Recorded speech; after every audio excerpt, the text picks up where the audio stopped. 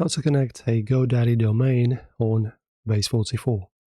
So of course you need to have the Godaddy domain purchased first. So you go to the official website, you choose a domain, for example, you search from here. You can also sign in into the account and buy the actual address.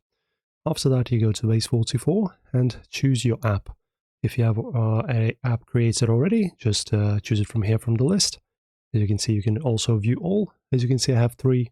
And I'll go to task flow, for example. In here, instead of a preview, you just click on dashboard. Then you go to domains. And in here, as you can see, we can input our custom domain. So in order to do that, it's not available on the free, as you can see, plan. So if you wish to add your own, they are recommending us to buy a subscription. So as you can see, the Builder and the Pro are the ones that will, as you can see, have the functionality of adding a domain, your custom one.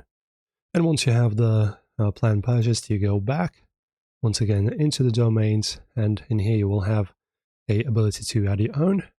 So in my case, as you can see, I have a domain that the Base44 provides for me, and once I have a plan, I'll be able to add my own. So as easy as this. Thanks for watching this video, guys.